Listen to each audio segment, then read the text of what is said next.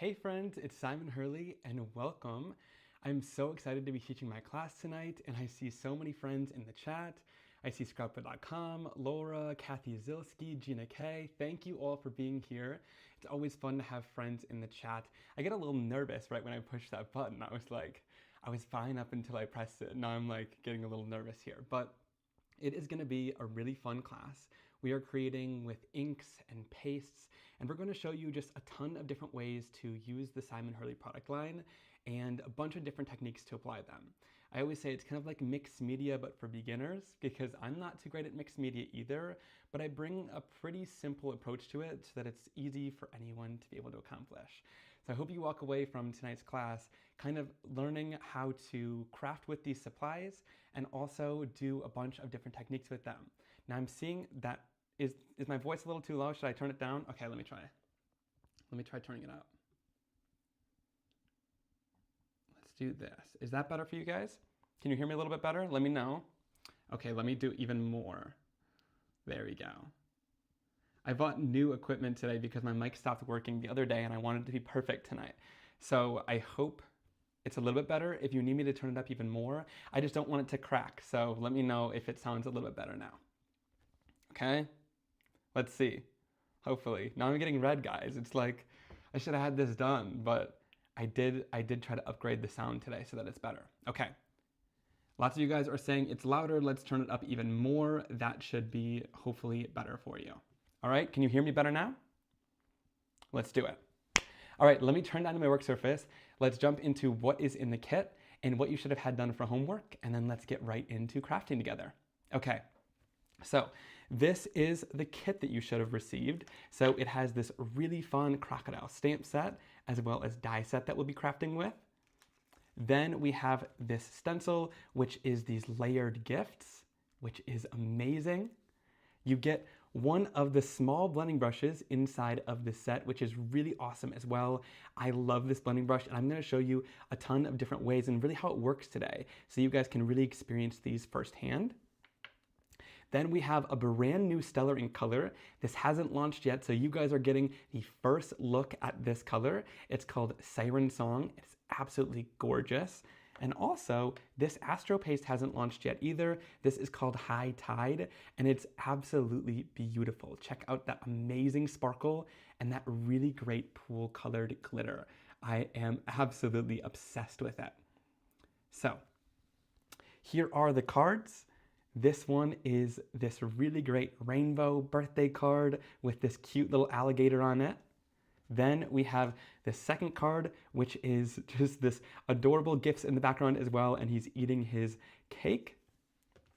And then we have this one, which is a little alligator with his balloons kind of flying in the clouds. How cute is that? Okay. So then let's go over homework. Homework was simple, but hopefully you have it done and ready.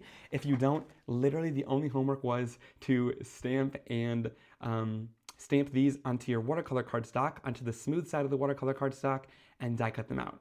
So if you didn't do this, and you're like me, because I always used to arrive to class and I'd be like frantically writing down all my answers on my homework beforehand.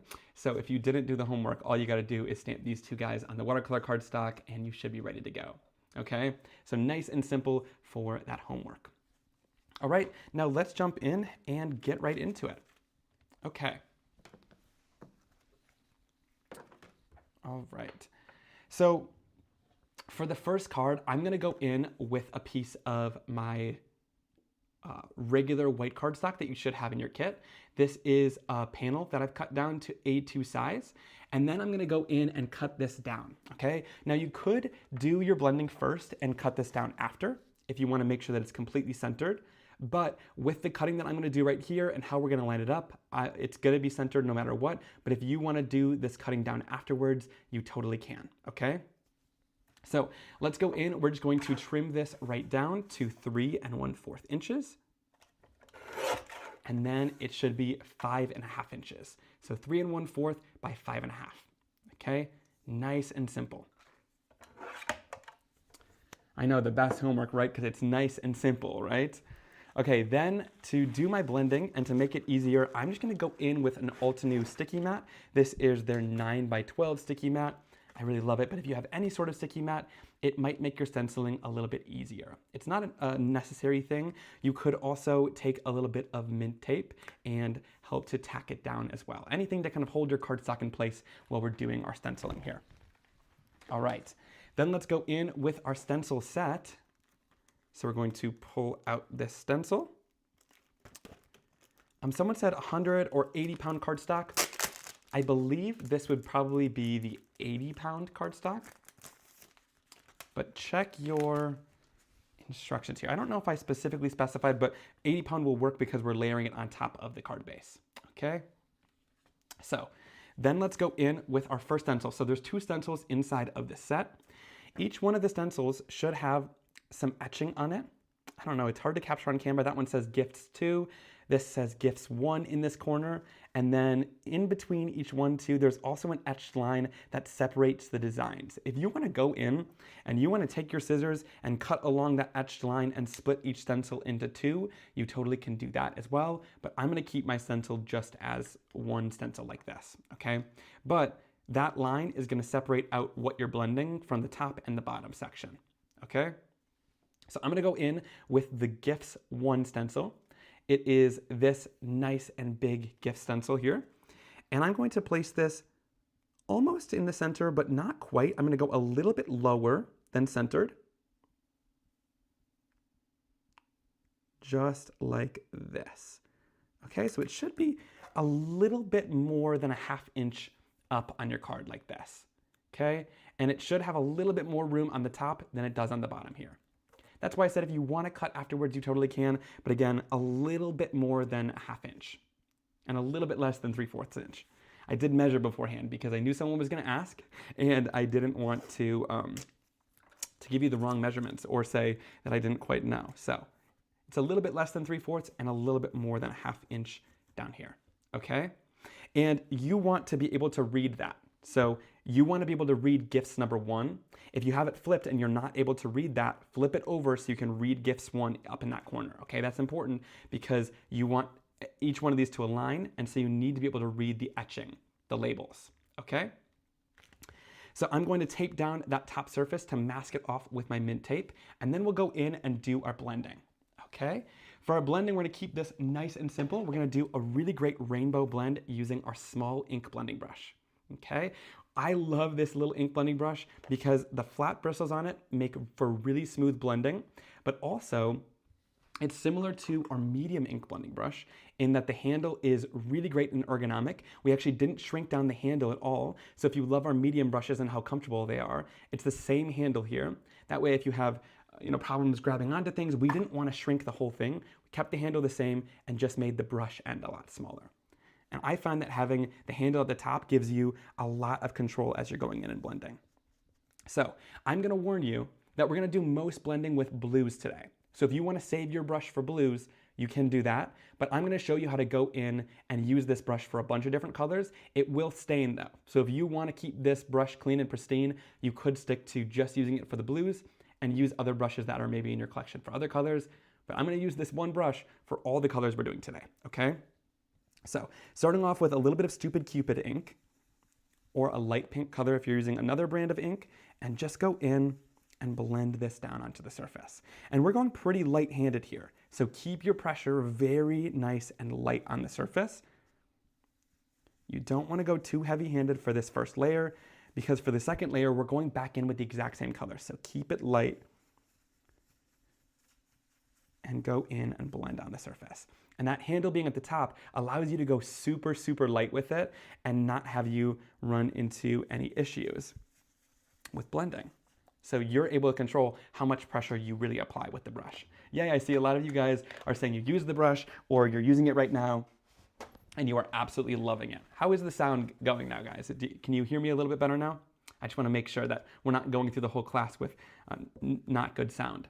So instead of washing this out with water, I am going to go onto a paper towel and wipe it onto the paper towel, okay? You don't want to go in with water in between blending with other inks because you're going to go in then and get your cardstock wet, Okay, you don't want that with your inks. So you want to just go in and wipe this off onto a piece of paper towel until it's nice and clean. It'll still be a little bit stained, but until there's no color left coming out of it, okay? Then we're going to bring in our next color. And for our next color, I'm going to go in with Shooting Star. Yay, okay, most of you guys are saying sound is great. That is great. Okay, now for the next color to go in, I'm going in with my Shooting Star ink, and I'm just going to start off by wiping it off onto the paper towel first. This is just to make sure that our color is nice and clear before we move on to our next area that we're blending. So then for this, again, I'm going to blend with a little bit of Shooting Star. Just go in here, nice and light, and blend this together. Now the awesome part about blending these colors together is our inks are transparent dye-based inks. And so when you go in and you layer this over top of each other, then we're going to create kind of an orangey color in between here when we overlap them. Okay, so that is really, really great. Then we'll go in and keep blending this out. Again, nice light pressure as we're blending. And my inks were made, these Stellar inks were made to really easily blend together. There's a nice blending agent in them where it just gives you a very smooth effect across the surface, which I absolutely love, okay? Then we're gonna go in with our Stellar ink in that color. Let's see, I don't remember even where I put my ink pad. We're off to a great start, guys. Oh no, it's down here. I'm like, earlier we were talking about losing stuff in our craft room. I'm like, I put stuff literally next to me on a pile, and it will be lost. It'll be lost in a minute, okay? Then I'm gonna go in with a little bit of Siren Song, and I'm going to wipe this out. You can see it's kind of turning into a green at first. I'm gonna wipe this out until it turns to the exact blue color that we want it to. Okay, so you'll notice my brush is getting to be a little bit of a mess here, so if you wanna keep one dedicated to specific colors, you could be using other brushes as well in here. But I'm just gonna wipe it off, and wiping off in between allows you to clean it really easily.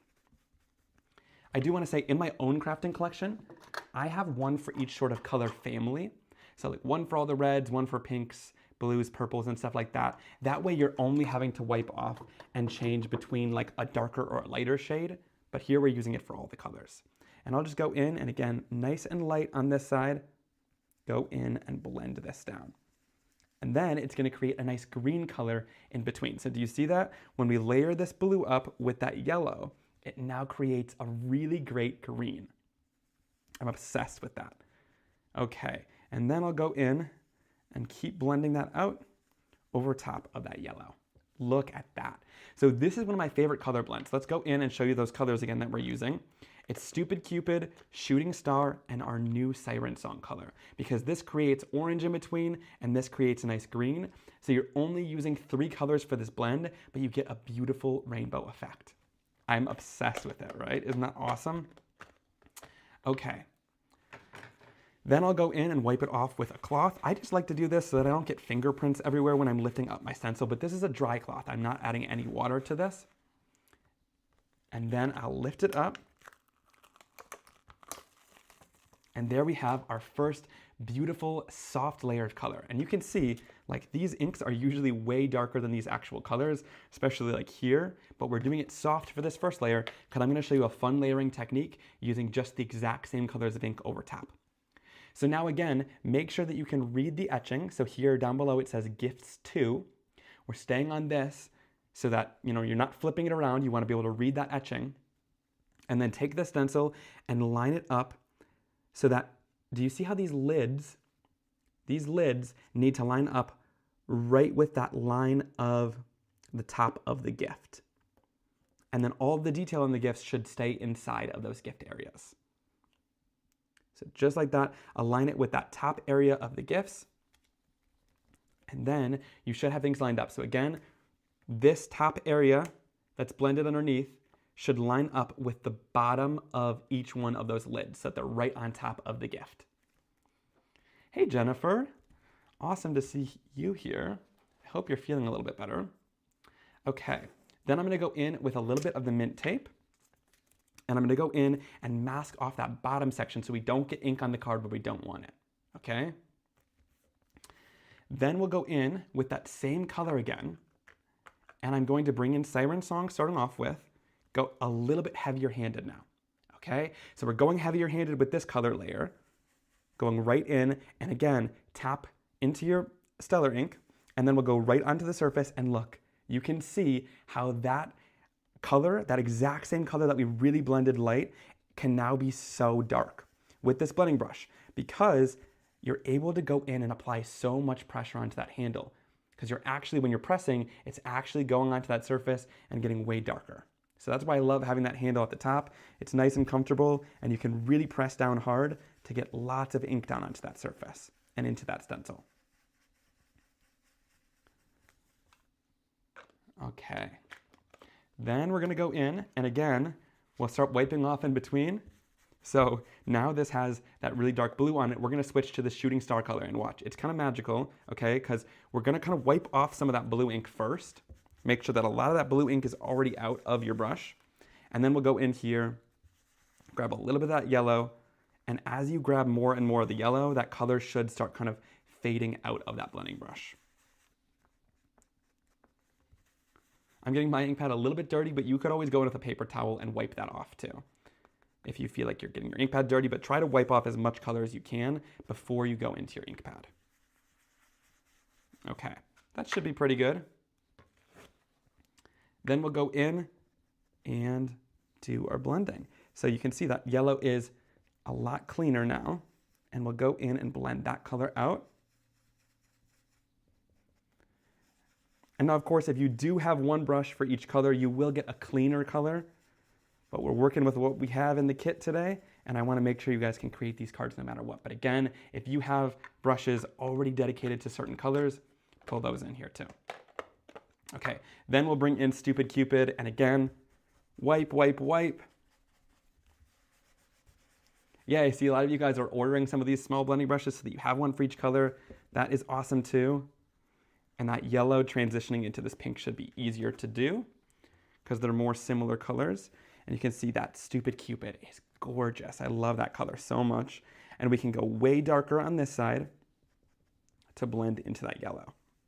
And it creates a nice orange in between that yellow blend. So do you see, now that we layered it up, because they're translucent dye-based inks again, when we layer it up, they get a lot darker on top of each other. So we're just using the exact same colors on top. We'll wipe this off with a dry cloth. And then we'll peel this right off. Look at that.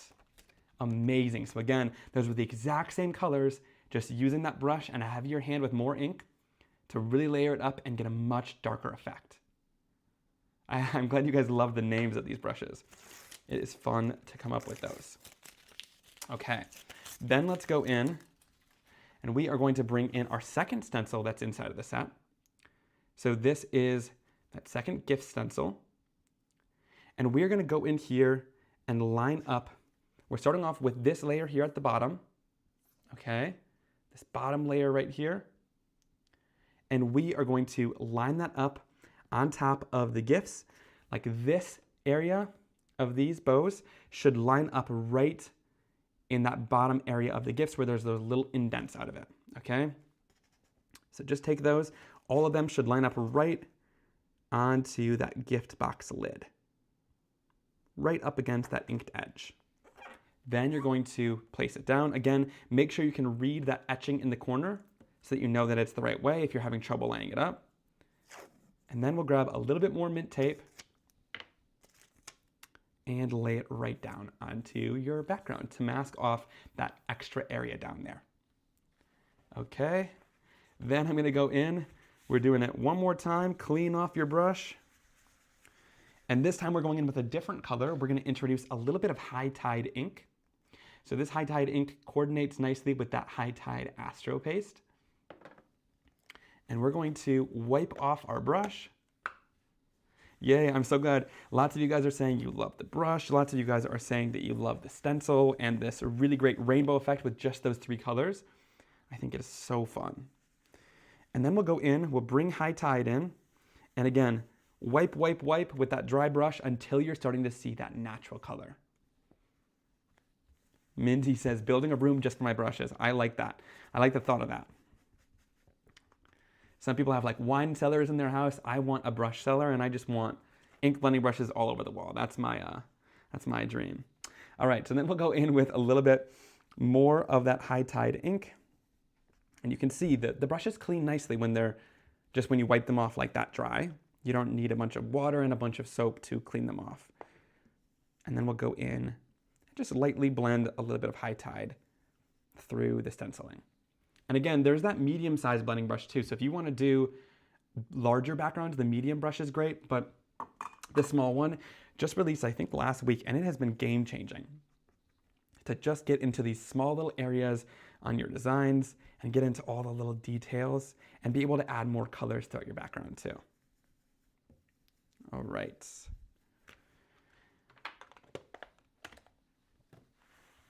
Then we'll wipe this off with a dry cloth.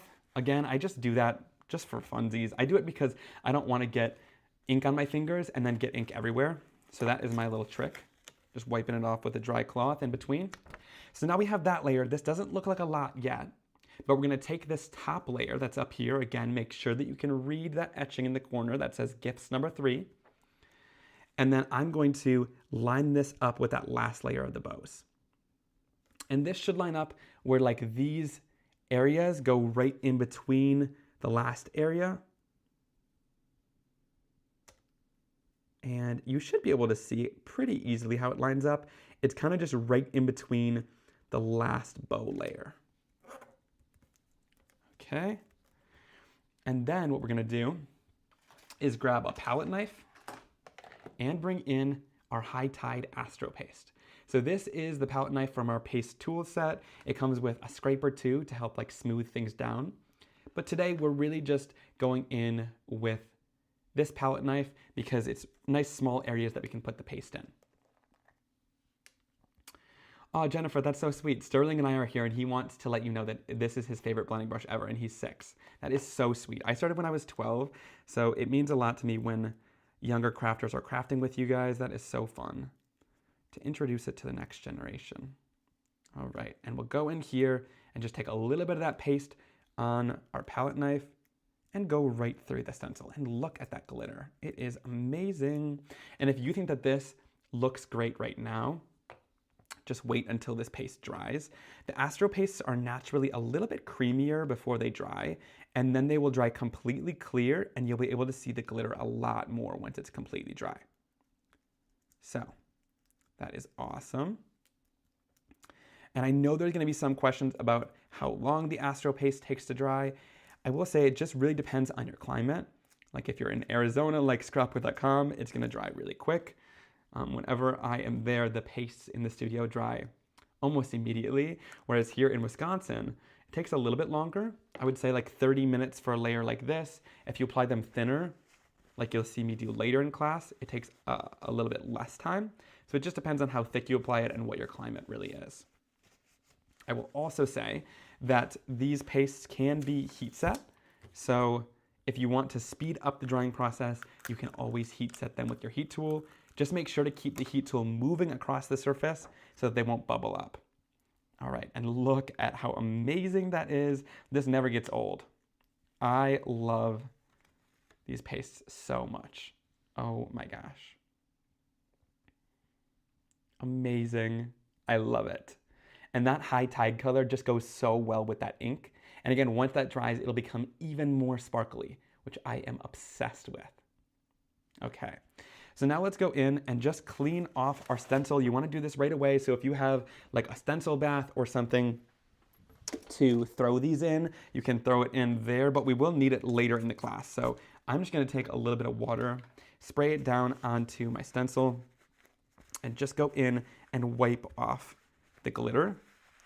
I'm just wiping it off with a paper towel, and then wipe off your glass mat. All right, nice and easy to do. You just want to make sure that things are nice and clean before we move on to our next step. Okay, perfect. Now we will give that some time to dry. And so we'll set it off to the side, so that you don't touch it or lay anything onto your project. I'm going to set it nice and high so that I don't throw anything into it. That's happened one too many times over here. And then we're going to go in and do some watercoloring.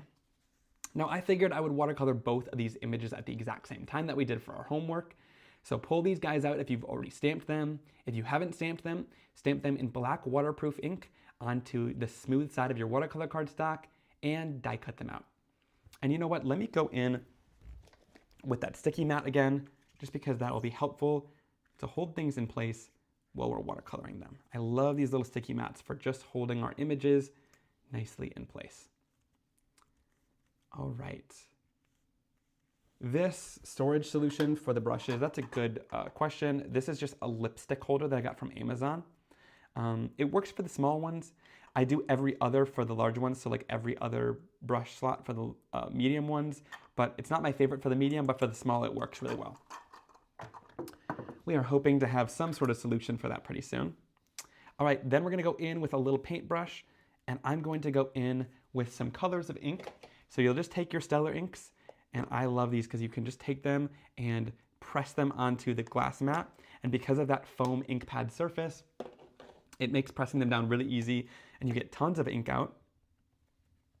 So I'm using 4. I'm using Ivy League. I'm also going to use a little bit of Shooting Star. And we'll also bring in some of the other colors like Stupid Cupid that we used. And we'll bring in Siren Song. Why not? A little bit of High Tide. So just making a nice palette of color for us to use. And then let's see, we'll also go in with a little bit, no, I think that's good actually. I think that's all the colors that we used. All right. Now, to add a little bit of water down, I never trust myself with a cup of water on my desk because that will get knocked over immediately. So I'm not gonna be doing that, but I am gonna go in and I'm going to spray down my glass surface with a lot of water so I can use that as my palette here.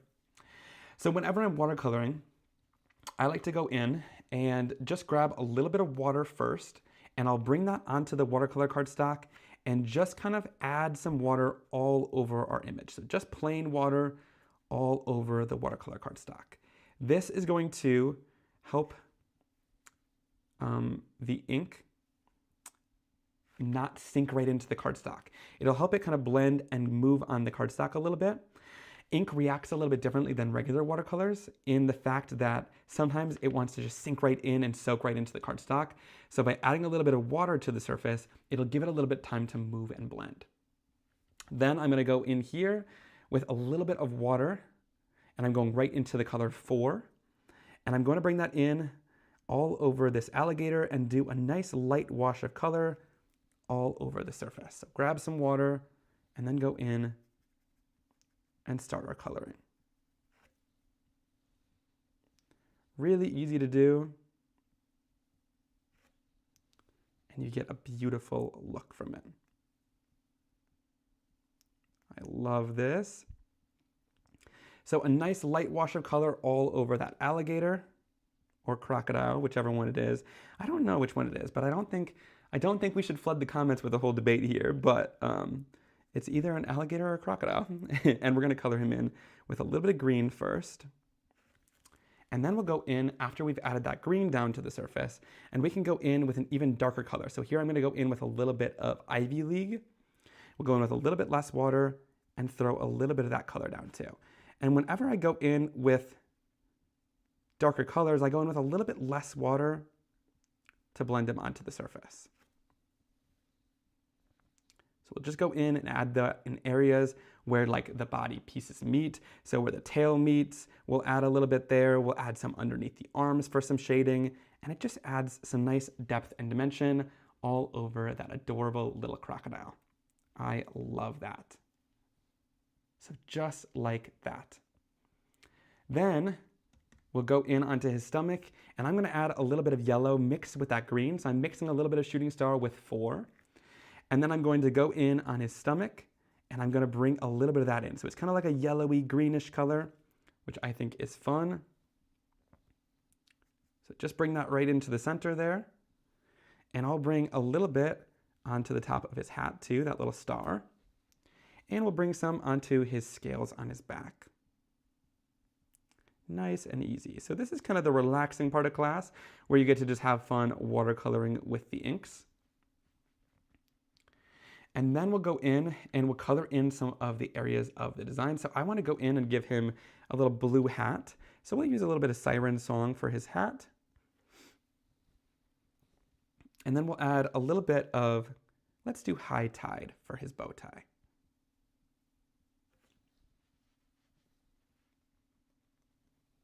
All right. And then for his tongue, we'll just use a little bit of that Stupid Cupid. Go in and add that right in. Nice and simple. I like to keep it easy. And look how cute that is.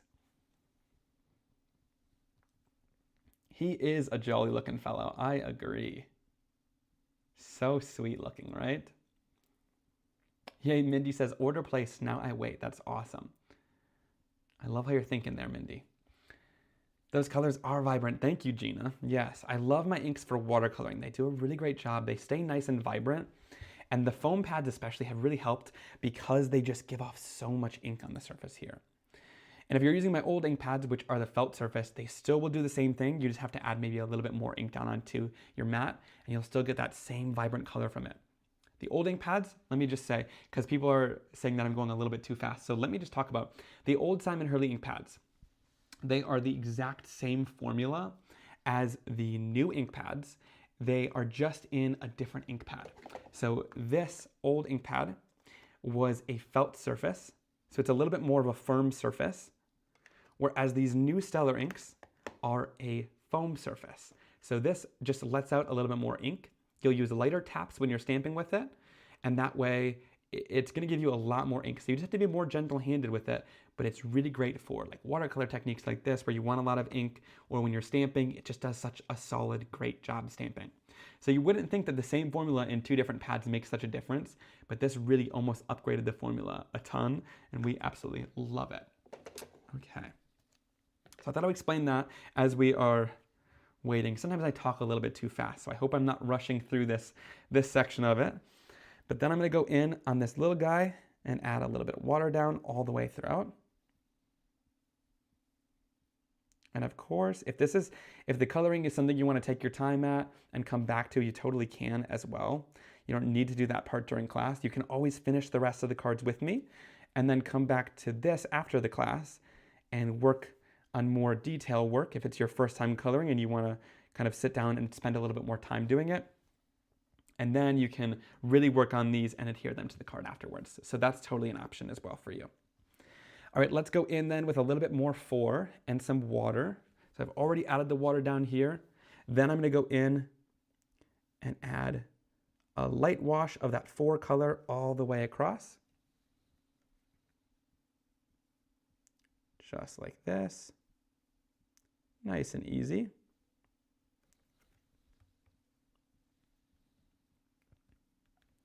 And yes, there are questions about the re-inkers. The re-inkers are the same between both lines. The only thing that's different is in the new line, there's some brand new colors. So just be aware, read the ink pad label first. And if, both say Stupid Cupid, then that will work. All right, or if like both say Prom Queen, that will work. You can use the old re-inkers. You just have to make sure it's the exact same color name.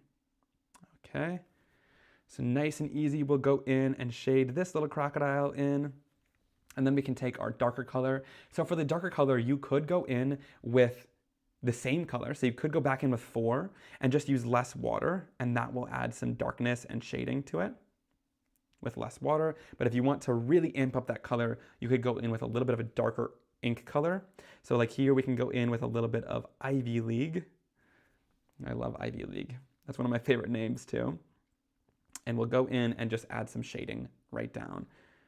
And the shading is simple, like you can just really add it wherever you want to. You could follow the lines and the detail of the stamp art, but usually I just say like wherever something meets. So like, do you see where this arm meets the body and there's a little bit of an area down there? You can add shading there. Where the snout has a little bit of line work, I'm gonna add some shading there. So it's not too particular, but can you guys see? I just added it like in some of the areas where the body parts meet, they would have a little bit of shading there. Okay. Then we're going to go in and we're going to add a little bit of yellow and green together. And we'll add that down to the stomach again. Nice and easy. And don't be afraid to mix the colors together like I'm doing here. So if you want more of a yellowy green, go in with your yellow and mix it together with the green. Like, don't be afraid to do that. You don't always have to have a specific ink color for one thing. That's what I like about these inks. You can always mix them on your surface and get a brand new color. Then let's go in with a little bit of Stupid Cupid and do his tongue. Just like that. And then let's go in and do the balloons. So we'll do some of the colors that we're going to use in that card. We're sticking to pretty similar colors throughout the whole thing. So I'm going to do yellow, pink, and that high tide color. So starting off, we'll add a little bit of pink to this one with that Stupid Cupid. And again, if you want the color to be darker, after you've done that wash of color, we'll go in with less water and that same color and add a darker color. And I'm going to add darker color to one side of each one of the balloons. Then we're going to go in with, let's do high tide and bring that in. On that balloon. And let's do this one over here too. Just like that. And then again, less water and shade one side. Nice and easy.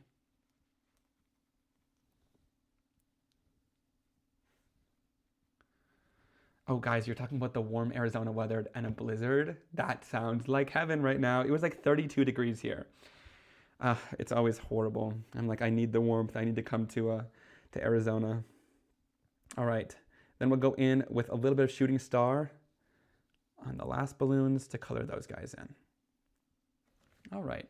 Just like that.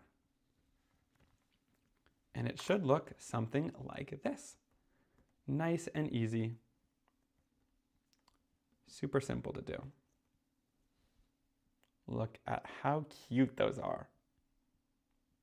I'm loving it. Okay. Now we'll go in, we're gonna lift this off, and we'll just go in and wipe off our surface with a little bit of water. I know it's kind of wasting. If you want to, you can always take another piece of cardstock. This is just random. This is not part of the class, but if you feel the need and you want to, you could always dip a piece of cardstock into that. Don't use your cardstock from the kit though, because this one isn't a card, but you could experiment with some of your own cardstock that you have on hand and just dip it in. You get some cool background effects that you could like die cut from and things like that. So that's a fun way to use the ink if you don't want it to go to waste. You could like layer it up with a bunch of different colors and do some stenciling and stamping on top, and it makes a nice background or something for you to die cut with later on. Cute, right? Okay, then we will go in. I almost set that on top of my last stenciling. This is great. That's why you want to set those off to a high place. Okay, so for this, I'm going to go in, and I want these to be nice and dry. So I'm going to go in and heat set this just with my Ranger heat tool to help speed along the process. And I find that lifting them up from your surface, like a mat or something, is going to help dry it a lot faster because the air is allowed to pass through it then, and it won't stay moist underneath. So like lifting them up and then heat setting it is going to have this dry in a matter of seconds rather than letting it sit on your surface and heat setting it. And also, again, being in Wisconsin, putting a heat tool on your hands, it's nice and warm, but it's a good change from the weather outside. But yeah, if you want like a little tweezers that you're going to hold these with to protect your hands, you could totally do that too. But this is a taste of summer for me, okay? All right. So then we'll go in, and we're going to go in with our High Tide Astro Paste again, because we're going to kind of embellish these little images. So to do that, I'm going to go in, and we could literally just take whatever paste is in our lid here, okay? We're going to grab on our paintbrush, literally like that much. So little. And we'll go in and put it wherever we added High Tide. Okay, I'm gonna lift these up just so you can see even better what I'm doing here. We're gonna go in and literally like, you don't need to paint it on because that'll move around the glitter. I literally just take it on my brush like this and I just like tap it almost. Now you guys have seen me use this with my finger. You'll probably see me use it with my finger later again too, this paste. But you get a nice detailed approach when you're able to go in with a brush and do it.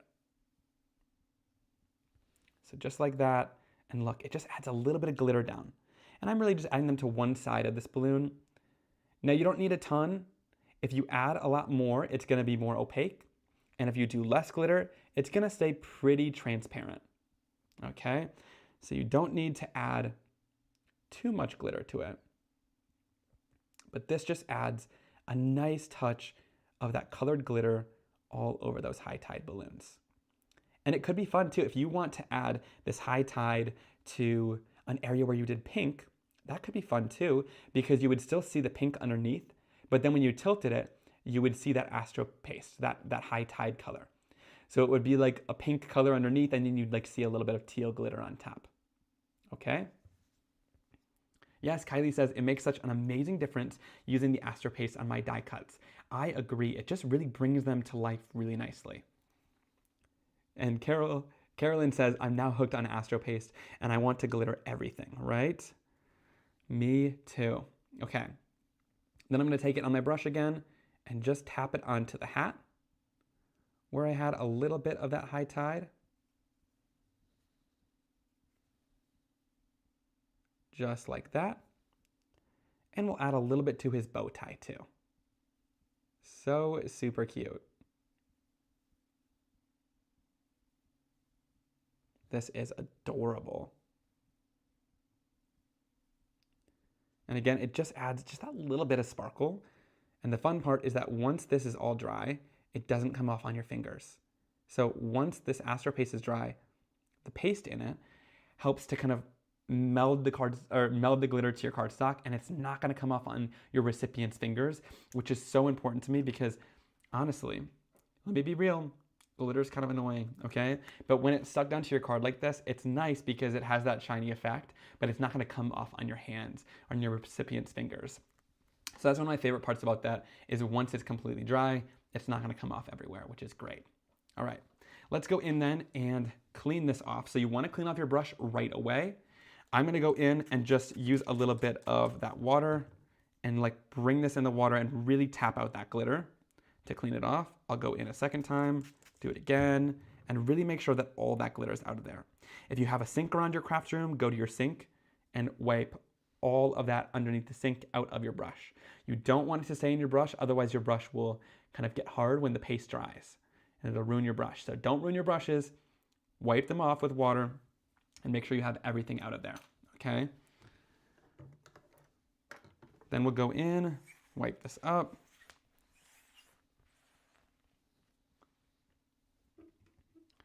And then we can go in and easily heat set these again. Now, again, that paste can be heat set, and I wanna show you that something as small as this, when you heat set it, this will dry in a matter of seconds. Oh, everyone's saying, Jen Shirkus breaks your glitter loving heart. I know, I know. I do love the glitter, but I like when it stays nice and put on the cards, right? Okay. And literally that much drying, and that paste is already nice and dry. And again, that's not coming off on your hands, which is amazing. It stays put on your projects.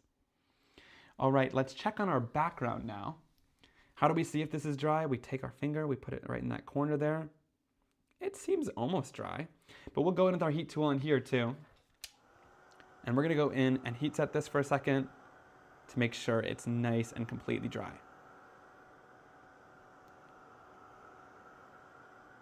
And I always say too, if you go from the back side and you help dry there too, that's helpful because it dries the undermost layer of that paste instead of leaving that wet underneath it. And once that's done, we should be good to start putting this card together.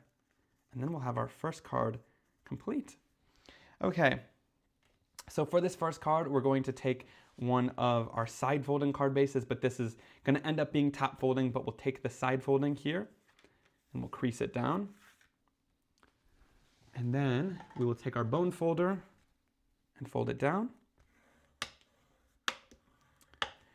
Now, I never know what to call this because it is technically a side folding card, but we're using it as a top folding card, right? Because it's gonna have that fold at the top. So I don't know what to call it completely, but that's what we're doing here. And then we want a piece of black cardstock, which was included in your kit. And we're gonna trim this down. So for the black cardstock, we are going to trim it down to 3 3/8. just like that, by 5.5. Okay, so just like that. And do you know what I call this?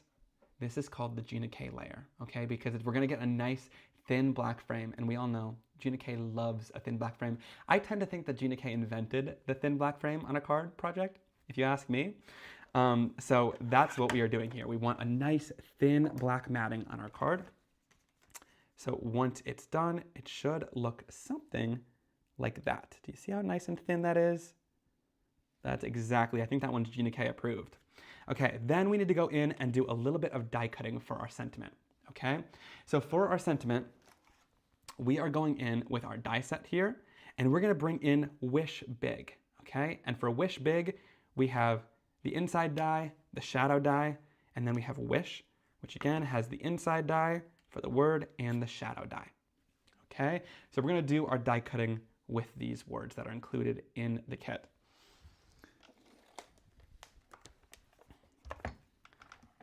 Okay, so here we're going in with our die cutting machine. This is the little black Platinum Scout that I made with Spellbinders. I love this little Scout machine because it's nice and portable. So you're able to do quick and easy die cutting on your desk and not have a huge machine sitting out. So I'm gonna go in with some white and some black cardstock. We're going to place this inside. And for the shadow layers, we're gonna use the black cardstock. So put those shadow outside layers in the black. And then we will do the words in the white cardstock. Okay. Then we'll go in, place in our top plate, and we'll run it right through. I know, Gina K layer for the win, right? We'll go in and run this right through our machine. I'm gonna run it back too, just to make sure it's nice and cut out with those little thin words. Perfect. All right. Then we will pull this right out. We're going to pull those words out. And don't forget your tittle, that little dot for the eye. Don't forget it, as Kathy Zilski would say. She taught me that word too. And then we're going to adhere these guys together. So I'm going to pop this out. I heard that you guys got this tool set exclusive for this event, or at least you guys got the first access to these new Spellbinders tools, which I think these are really great. So I'm going to pull this out.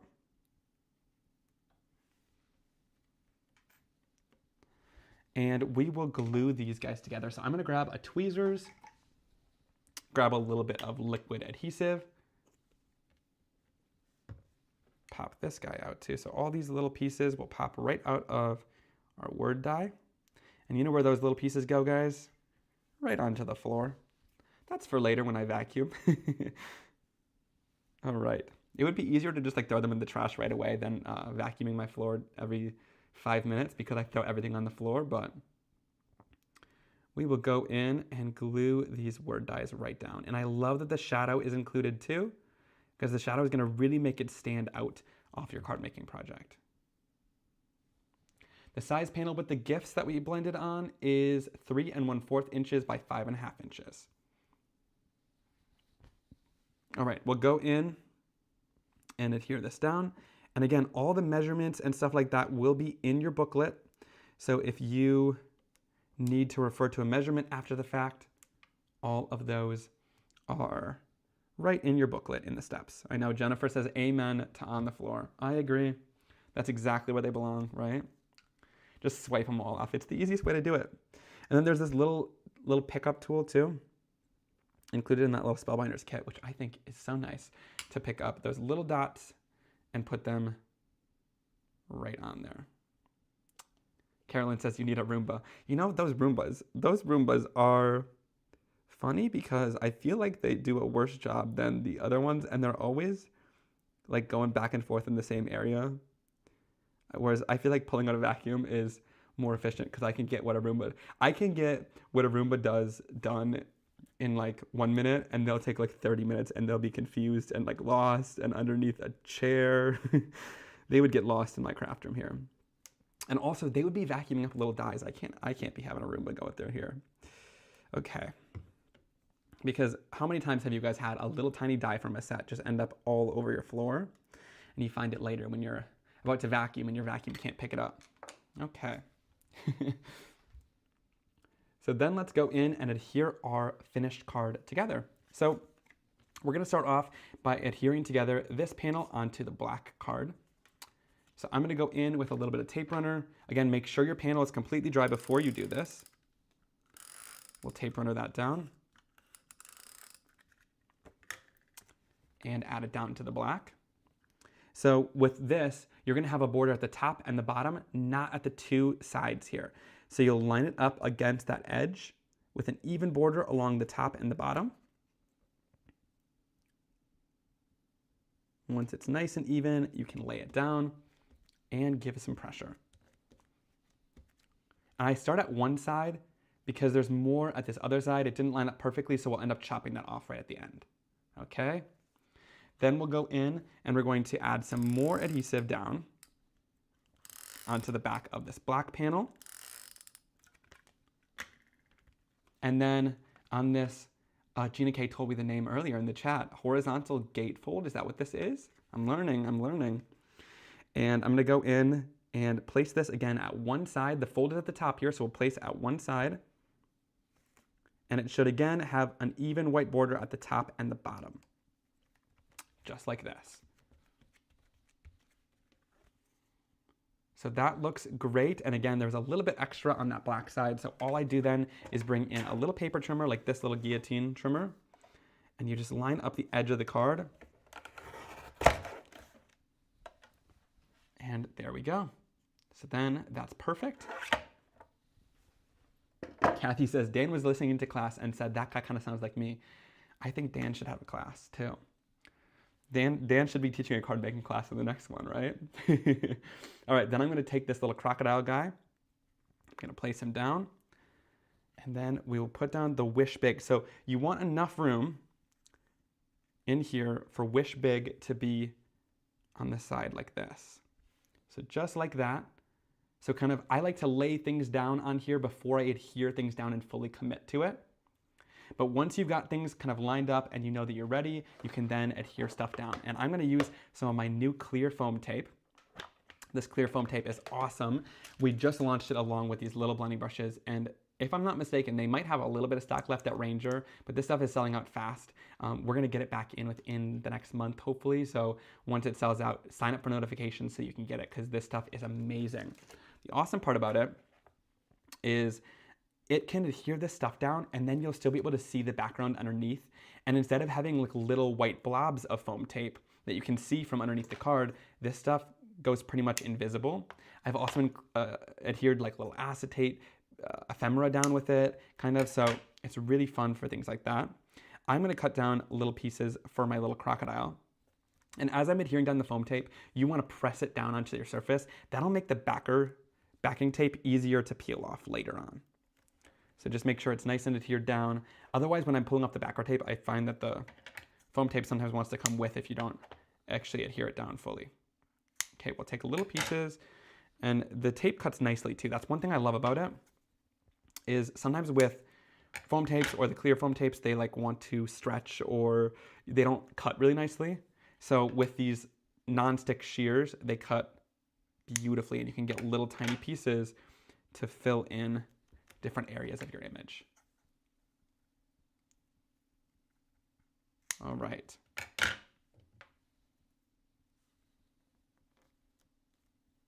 So we'll just go in and adhere it all down. And then for Wish Big, I'll take a little bit more and add that right down on to your sentiments. So go in with a little bit more, and you can cut it in half to add some more down. All right. That is perfect. And then we'll add some more right down to this side. Okay, there we go.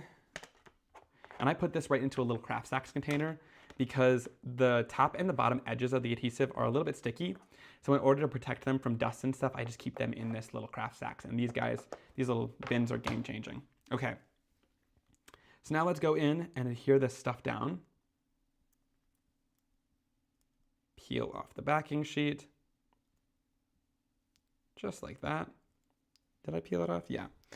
The backing is clear, so sometimes it's hard to tell if it's off, but it is. Okay, then we'll go in, and we're gonna start with big and adhere that down. Then we'll go in with the wish sentiment. And again, just peel this off. Nice and easy. And again, where do these guys go? Right onto the floor. The backer sheets will be going onto the floor. And we're gonna add that right down onto our card. In line like that, and then we'll go in and take these rest of the pieces, peel off the backer sheets, and we will add this right down into our card. And I see some of you guys ordered some rolls, and they're coming to your house soon, so that's awesome. You guys are gonna love it. Okay. And then we'll go in, peel it off. Yes, the bins for this tape is nice. If you don't want a craft stacks bin, you could also use a little Tupperware container, and that will work nicely too. All right, and we'll commit to adhering him down here, and look at this. When you look from the edge, you can't see that foam tape as much as with a white foam tape, so it's really nice. Look, you can almost like see the background underneath. It's really cool. So there is our first card with that really great ink blended rainbow gift background, the little crocodile that we colored in on top, and that really great astro paste that makes those bows sparkle so beautifully. I love that ink blending techniques that we did with the brush. That was really fun to be able to use that small brush and show you guys just how amazing it blends. All right, next let's go in and move into our second card. So for our second card, we're going to do this little crocodile eating his cake, okay? So starting off, we're going in with a piece of our watercolor cardstock. You're gonna wanna do the smooth side of the watercolor cardstock. So find whichever side is a little bit smoother. And we're gonna do our stamping. So grab that stamp set with the little crocodile eating his birthday cake. Peel that right out. We'll add that down to an acrylic block, or you could use a stamping tool in this case. But I'm just gonna do my acrylic block. And then we're gonna go in and stamp this down using a waterproof ink. I'm gonna use VersaFine Clair, but I'm also gonna do a little bit of heat embossing to protect it. But you could skip that or just use like an archival ink. But I like the VersaFine because it stamps with lots of really crisp black details. Okay. So we'll just ink that up. And then when I stamp this, let me pull in my example here and measure up to see how far we stamped it. It's about 1.5 inches up on the card. So about 1.5 inches is where you're gonna stamp it. It helps to have the grid lines in this case to know where that is on your card. So I'm gonna stamp it right about there, 1.5 inches up, and stamp that guy right down. Give it some good pressure too, because you're stamping on watercolor cardstock, so you wanna make sure that all of the image meets, and you're gonna get nice details on that surface there. Amazing. Okay, and once we've stamped that, with the VersaFine Clair, I like to go in with a little bit of clear heat embossing powder. It's just personal preference. It helps set the ink into place nicely so that it will stay really nice as we do our watercoloring. And then we'll go in and heat set this really quickly.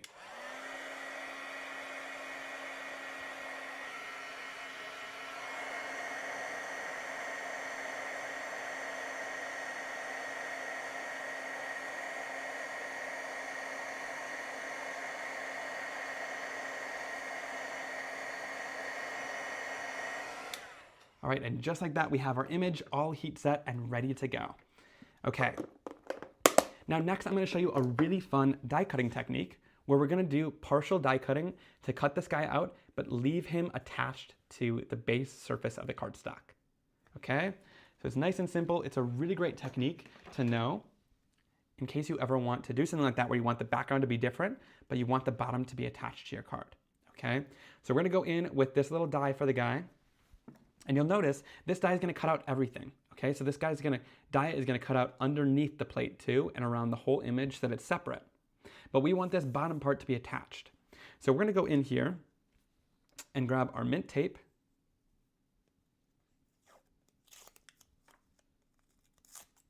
And we will go in and line this right up around the image. Just like that. So line it up with an even white border all the way around the dies, and then we will go in and tape it down to hold it in place while we run it through our die cutting machine. So then we're gonna go in with our die cutting machine. Yeah, we didn't heat set the first one because we didn't use embossing powder on that card. When will the new ink re-inker be released? It will most likely be released along with the ink pad in May. Okay, so when you're doing this die cutting, this is what we're gonna have happen, okay?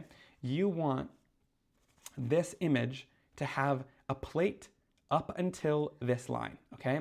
Whatever is underneath your plate in your die cutting machine is what's going to cut, and what is outside of the plate isn't going to cut, okay? So whatever you leave outside of your die cutting plate isn't going to cut fully.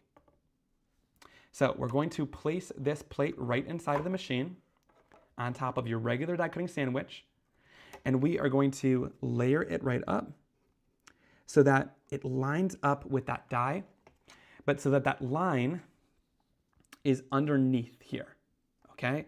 So that line of your image is underneath, and then everything on top is going to cut, okay? So everything that's outside of the plate isn't going to cut. Hopefully you guys are understanding that. I know some people are saying slower, so I'll slow down a little bit, but we do still have to get through these last two cards, so we gotta keep a pretty decent pace. But remember guys, this is always available, so you can always replay this after the fact. And then we are going to run this through the die cutting machine. So I just embossed the image because I wanted the ink to be nice and set really easily. But if you guys are stamping it in a waterproof ink, you don't need to do that step. I just do that because I wanted this ink to be set in place. So hopefully that answers any questions. If you're using like a Gina K amalgam ink where it dries right away and it's gonna be waterproof, then you don't have to do that step. All right? So once this is all lined up, line everything under the plate that you want to be cut out and everything outside that you don't want to cut out. Then we're going to go in and die cut this through, okay? So we're going to run this right through our die cutting machine. So again, hold this in place while we do this. And then we're going to stare at each other awkwardly as we run it through.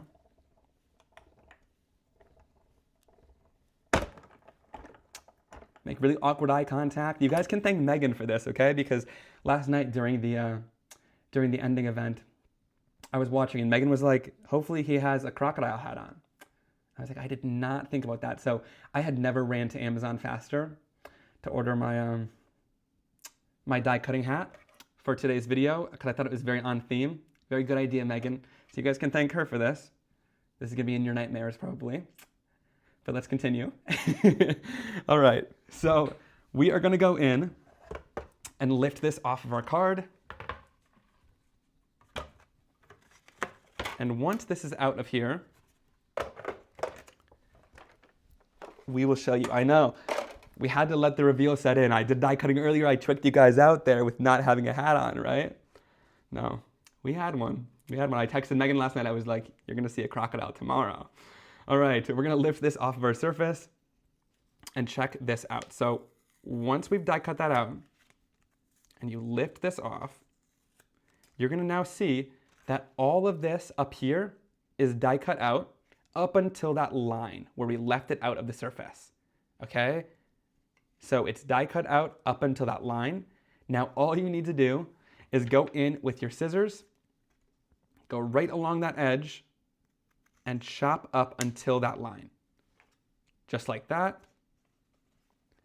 Then we will go in and chop from the other side as well. Nice and straight line. All right. I know it had to be done, guys. It had to be done. And there we go. So now we've got him die cut up from the top, and we have that bottom piece down that we can add our sentiment once we're done. Okay? So just like that. That is so fun. Now we're gonna do a little bit more watercoloring on this guy since we did him separately. So again, it's time to do some watercoloring. We're gonna follow the exact same steps as earlier. So tap some ink down onto your surface. All the colors that you wanna use for this one. I'm gonna use all the same colors. The only different colors that I'm adding in are the colors for the cake.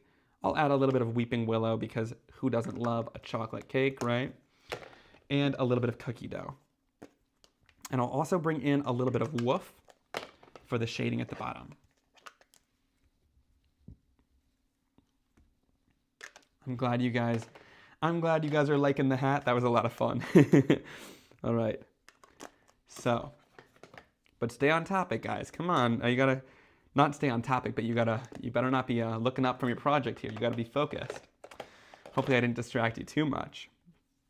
You guys know what's really funny? So, in my art class when I was in school, I was a talker, as you guys can imagine, and I would be doing my art projects and like doing all of my projects super fast.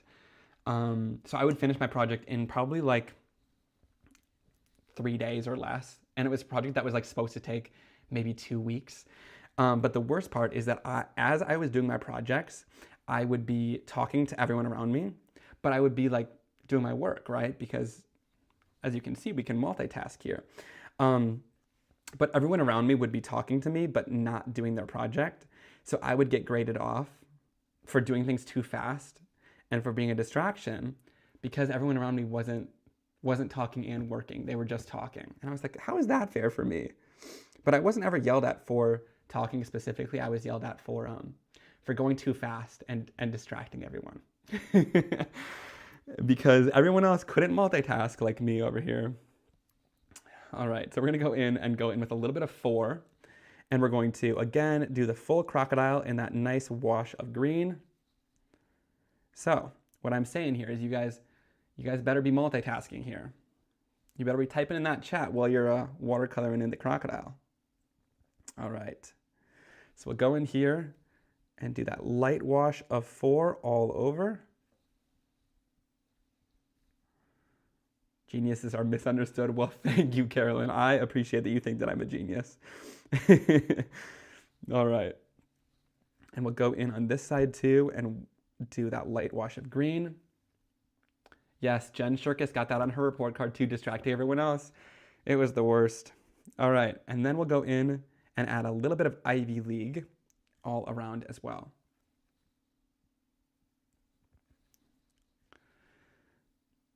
And just add that in the shadows. So again, where things meet each other, you'll add that little bit of shading all over the crocodile.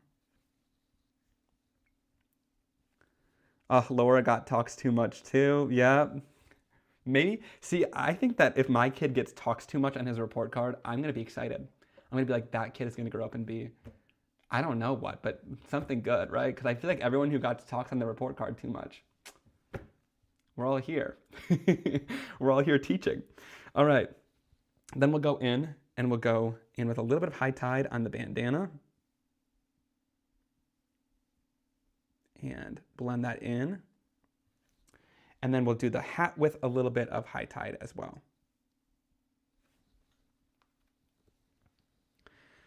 Oh, see, so many of you guys are saying God talks too much.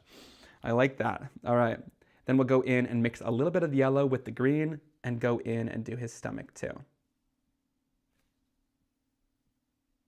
And all his little scales.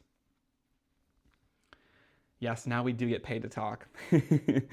Okay, then we'll go in and do a little bit of yellow on the candle flames and on the top of his hat. We'll add a little bit of that pink into the tongue as well. And then we'll give him siren song candles. And for this, you can really just have fun coloring whatever you want. I'm telling you the exact colors that I'm using just in case you want to exactly follow along, but you could also just do whatever colors you want. For the cake, we'll do a little bit of cookie dough, which is my favorite neutral color. I love cookie dough. And you know what? I also love cookie dough in my ice cream too. That's why I named it that. But cookie dough is a great, like neutral ivory color almost. Then we'll go in and add a little bit of high tide. I'm adding that down for his plate. And then of course, who doesn't love chocolate frosting on their cake? So that's what I'm doing here. But if you want a different color frosting, you totally can. Show of hands for everyone who likes chocolate frosting in the chat, please. It better be everyone because chocolate is far superior. All right. And then we'll go in and add down a little bit of gray for the silverware. Just like that. And I think that's everything. So there is our crock. I love that. Catherine, you got it too. She is quite social. Yep. See, and look where we are now, guys. All right, then we're gonna take a little bit of that water and we're gonna go in with our water all around the bottom of the image here. So again, the water is going to make it so that your color can blend on the surface a little bit easier without sinking right in.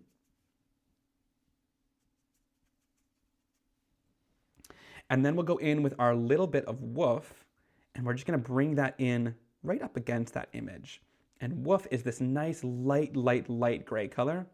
So it's just gonna create almost a little bit of a shadow underneath the image. You don't need to add too much ink down there, just a nice light wash of color. And then I'll grab a little bit more water and bring that shadow out just a little bit more, blending it out with water. Just like that. So very, very light. Do you guys see that? Super light shadow at the bottom. Oh, Mindy says she likes cream cheese frosting. You know what? That is good. I will give you that. I will allow it. I'll allow it. I like a cream cheese frosting too. Okay. So look at that. Really great color. And again, very nice so that you get a nice solid color. Now, the reason why I did that embossing earlier that you guys were asking about too is number one, to set the ink in place, but also if you're struggling on the first couple images, if you didn't heat emboss those, I know that it's just personal preference if you do or don't with your inks. If you have an ink that's a pigment ink and you do that heat embossing, that little bit of, sorry, I pressed the wrong camera, that little bit of like plastic layer on there will hold your colors in place. So if you struggle with the colors blending outside of the lines, a little bit of clear embossing will help keep your colors more inside of the lines. So that's just a little tip. That's kind of why I do that as well. So I'm gonna go in here and heat set this a little bit more.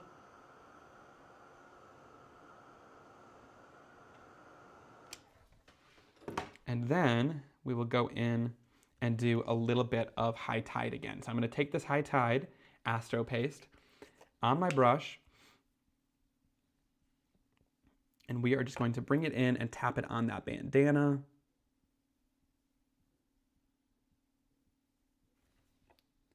And a little bit on his birthday hat too. Just a little. And again, that little high tide glitter will really help bring the image to life nicely. Okay.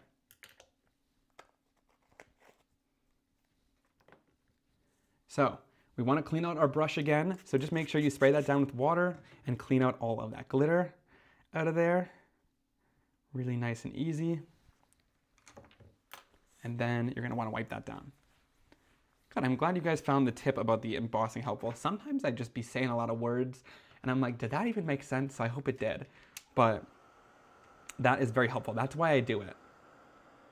It's kind of just something that I've been doing for so long that I didn't even question it earlier, but I get why there was questions about it. So I'm glad I was able to explain it to you guys now.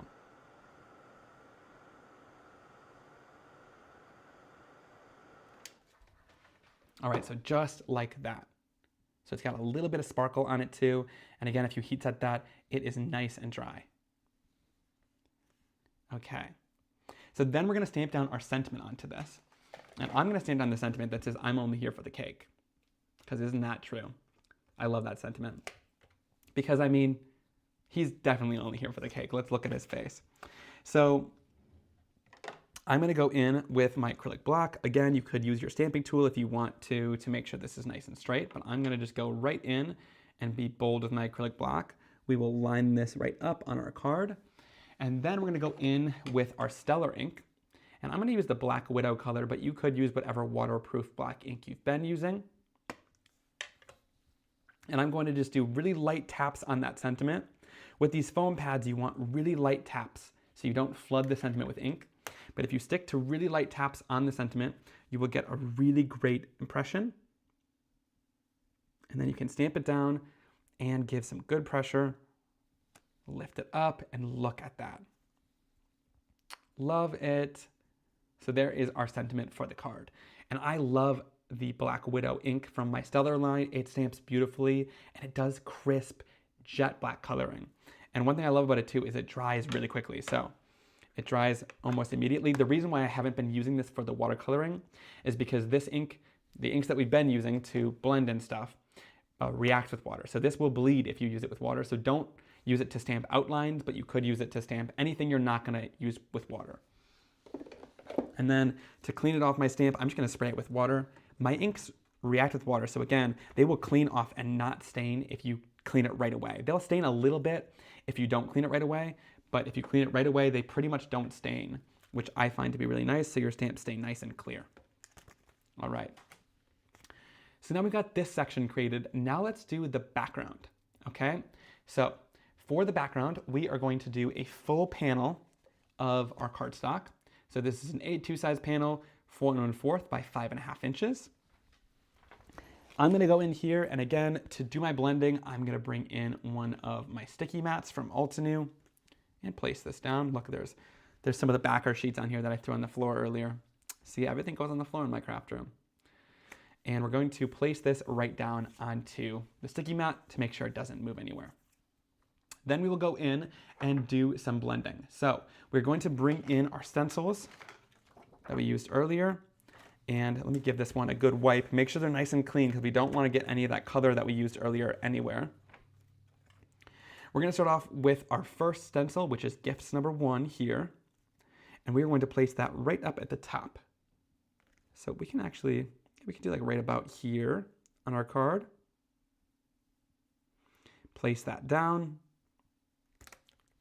And we're gonna do a couple rows of this. So we're starting kind of right at the top section here. There's gonna be lids and stuff on this, so it will meet the top edge of our cardstock nicely. And then we're going to mask off the rest of them so that we don't blend into there. Now again, make sure that you can read your words here. So make sure you can read gifts number 1 at the top there, and then mask this off nicely, okay? Now this blending is gonna be way easier than earlier, because all we need to do, we're gonna go in with a little bit of paper towel and our Siren Song ink pad, as well as our blending brush.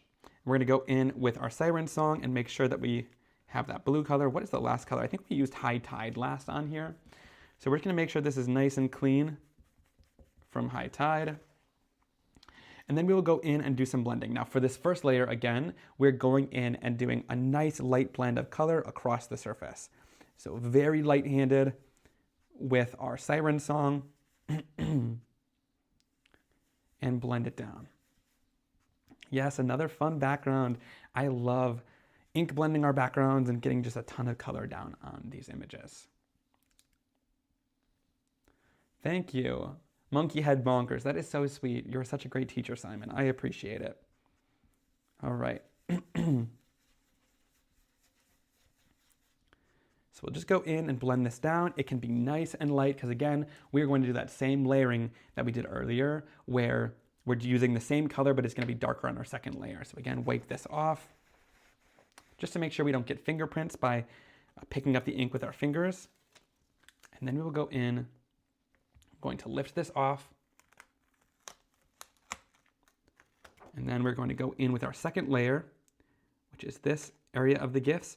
And again, the bottom of the lids should line up with the top of this section. And that design should go right over top of the gifts. Super easily, just like that. And then here it's important to mask off the bottom area so we don't get any ink where we don't want it to. And then we're gonna go in here with a little bit of a heavier hand, pick up the ink, and then we'll also go in with a heavier hand as we're blending to add down that blue color much darker. And look, again, we get so much control with these brushes with that handle being at the top of the brush. Look, so fast, so easy to do, and we get really, really dark, rich color. And this Siren Song is like the perfect like blue, teal, mermaid kind of color. I love it. So we'll go in and blend that down. And again, blending it with a much darker hand over top of that lighter color of ink is gonna give us a really beautiful blend and much darker. So it will give us that layered effect without having to pull in a second ink pad. Lift that off. There we go, look at that. It almost looks like two different colors were used, right? Which I think is the really fun part about this, is that we're able to use just one ink pad and get so many different results from it. So now we're gonna go back in with our GIFs here, and we are going to bring this down. So let's move them a little bit and shift them. So I'm just shifting it over. This is how it was before. I'm just gonna shift it a little bit so that a different GIF box is in different areas. And then we will place it down. And you wanna leave an ample amount of room because the bows will be on top as well as the rest of the GIF boxes. So you just wanna make sure to leave some room in there.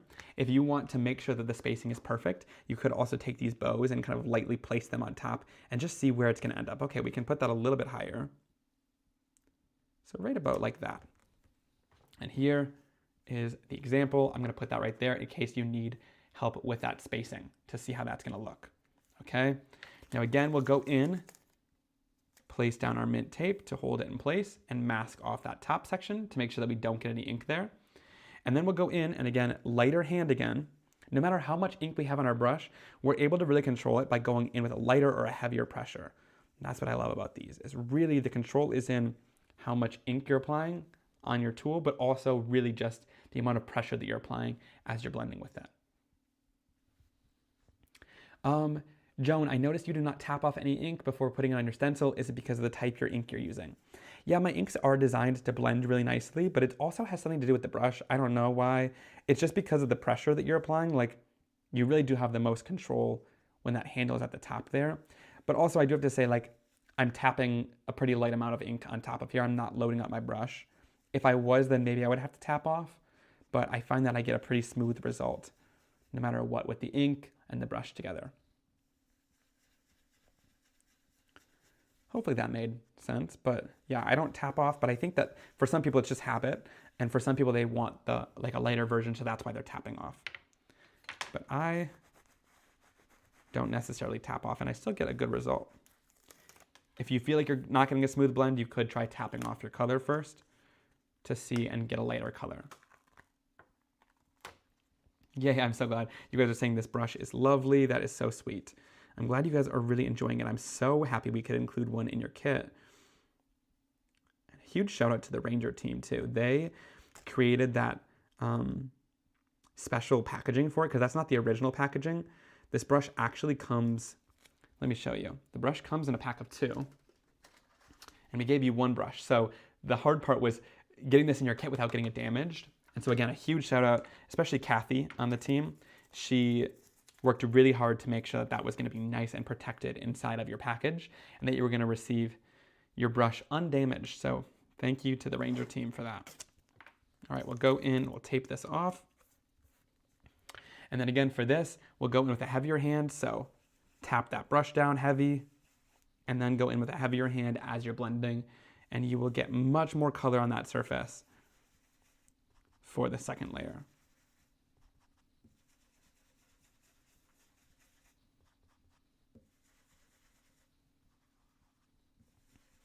All right. How are you guys doing? Are you holding up? I hope that you are able to follow along. And if not, remember, there's always the replay. So don't feel like you need to give up or anything. You can always go back to the replay. I always say, and I know that everyone's saying this, but these cards are kind of your practice cards to really try these techniques. And then, of course, you can redo them as many times as you want, because you're going to have all these great supplies, and keep practicing with them.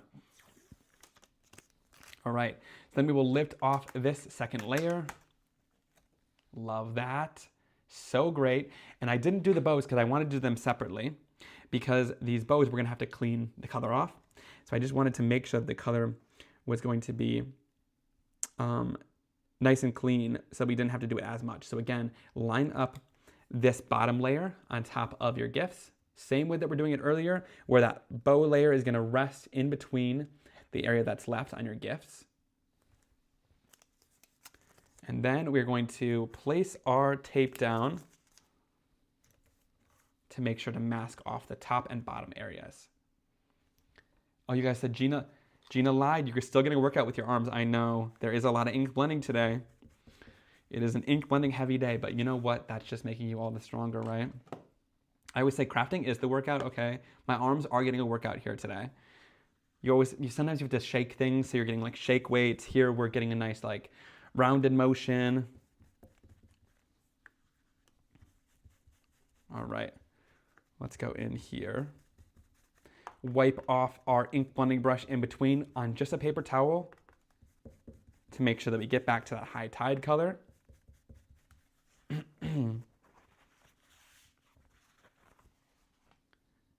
And then we will go in and shade this down. That really nice high tide. I love this color. It is so good. It's like the pool color of my dreams. Okay.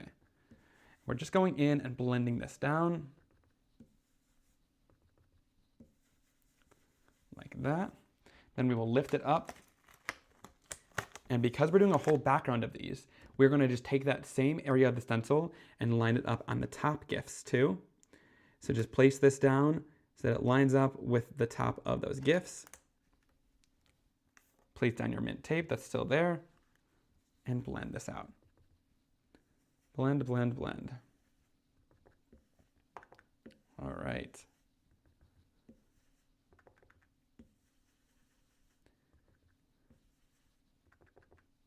The high tide matches your mint tape. Yes, it does.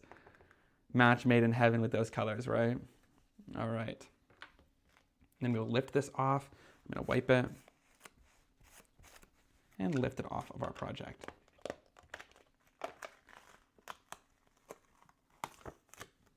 Super cool. So we're just building a background. That's the fun part about this stencil that we included is yes, it can just make a strip of the background, but I wanted to also show you that you can create a full background by just doing, the same strip a couple different times, and just by shifting that stencil, it moves over a little bit and it makes it look like it's a full background that's got differentiation in it too.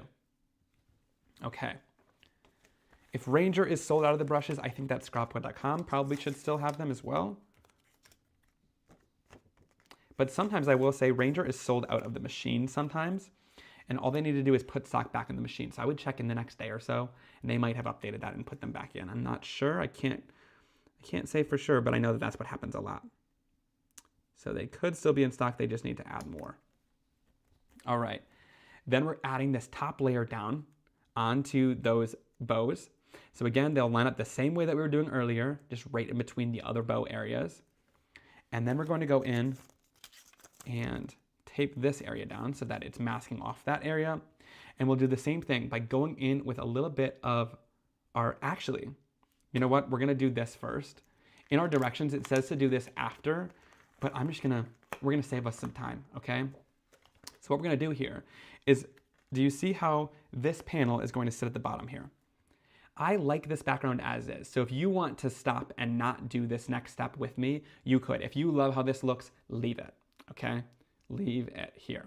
But I'm gonna go in and we're gonna clean off our brush once again and switch back to this siren song color because we want this to have a little bit of a gradient to it, okay? You might be like, Simon, that's ugly. I don't wanna do that gradient. You could leave it then, okay? But what I'm gonna do is go in, and here I'm tapping off because I want it to start off super light, and I'm just gonna add a little bit of a gradient of color down starting at the bottom of the card. And what this is gonna do is it's gonna just give your crocodile a bit more of a grounding area rather than so much white space in between the gifts. So I'm taking this and I'm just going to lightly blend with my small ink blending tool and bring that color upward. So I start off at the bottom here, and that's where I'm starting my brush because it's gonna be darker there, and then I'll blend my way up. And literally just take your brush and go lightly, really light-handed, and blend up until about here, and then we'll fade it up into white. Okay, so take some at the bottom, work your way up, and blend. So simple to do, okay? Blend from the bottom, work your way up in a circular motion, and it just fades up into white. Super easily. Once more, and fade it up into white. Do it one more time here. So that's easy. We're just like fading super softly there. And yes, these ones will blend in more at the bottom here, but then they'll still stay out at the top. But then this, look, creates a much more drastic difference for your alligator to be sitting on. It's not as busy like this, whereas it's more busy when there's just that white background. So this makes the crocodile stand out more. But again, if you don't want to do that blending part, if you're like, oh, that just ruined the background, then don't add that gradient. But I tend to think that it helps to kind of give the crocodile more of a grounding place.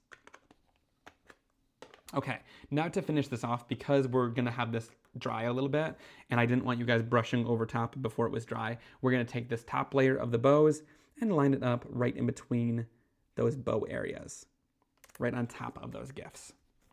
Just like this, place that down, and then we will go in with our little bit of Astro paste in the high tide color. Grab some of that and adhere it right down, not adhere it, paste it right down with your paste tool set with that palette knife over top of those really great bows. Just like we did earlier. So we're doing the same thing here in this color combo with the Siren Song and the High Tide mixed together on the same card are gorgeous. I love these teals together. They look great. So then we will peel this guy right up. Yay, Susan said just order that tape and more Astro paste. That's awesome. So then we will move this down. Yes, Jennifer, these colors are right up your alley. I was thinking of that earlier. I was like, when I said this was my favorite pool color, I'm like, this is Jennifer McGuire too. And we will line these bows up as well. Now, they shouldn't overlap your other ones, but if they do, you could heat set that area first, and then you can move down to this one. But mine isn't overlapping because I left enough room. But if you did it, don't worry. You saw how easy these were to heat set, and you can keep moving then. All right. We'll go in and add our Astro paste down. Isn't that amazing? And then just smooth it out and wipe any of the excess off with your palette knife. And then put any excess back into your jar. Okay, wipe this right off of our palette knife, and you want to clean any of your tools right away. So I'm going to go in, lift this off. We're going to lift this off too and set this off to the side for now.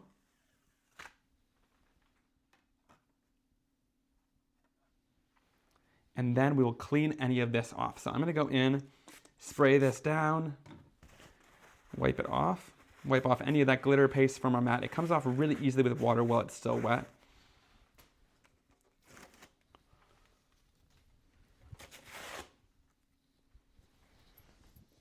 And then we will go in with a little more paper towel and clean off our stencil.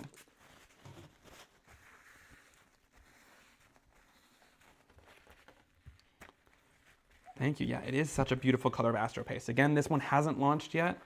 So you guys are getting the first look at it, and it is one of my favorite colors of Astro paste that we've ever done. It is just the most gorgeous pool color. I'm obsessed. Okay. So now we will set everything off to the side after we've done those tools, and let's just quickly heat set this. So again, this stuff can be heat set. If you're in a climate where it's gonna go a little bit quicker, you totally can. But let me just show you, this is gonna take a matter of seconds. And again, I lift it off of my mat so the heat can pass through it. And I like this little Ranger heat tool too, because it's still nice and hot, but it doesn't concentrate the heat as much. So it's not gonna bubble this paste. But if you're worried about the paste bubbling, just keep your heat moving and it totally shouldn't bubble on you. Okay? That's my biggest tip, is just keep the stuff moving, or keep the heat source moving, and it shouldn't bubble on the surface. And look, as you can see, and I always do the backside too, this helps really speed up the process. It helps to help dry any of the area that's the underneath layer. And look, I mean, it's already being way more shiny than it was before. Like I said, it starts kind of cloudy, and then once you heat it or let it dry, you could let it dry totally naturally and it'll dry the same way. That color really starts to pop and just becomes so gorgeous. Okay, that should be good. Let's see. Yep, that seems great. It's pretty much dry. There's maybe a little bit up here, but I just won't touch that as much. But look at that.